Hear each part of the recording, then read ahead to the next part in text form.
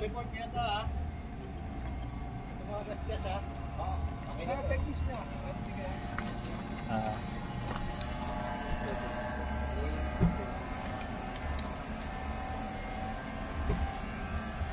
Ito, mga ganyan. Kaya sa karamihan dito may ganyan eh. Lahat ng unit. Yan yung natatanggal yung mga ano. Siguro, dito. oo, tumatama siguro. Tapos ang sikip ng pagkapag. Oo, pagbukas, tatama rito. Basta i-remarks nyo. Oo. Tandaan nyo. Lahat ng unit naman ganyan eh. Oo.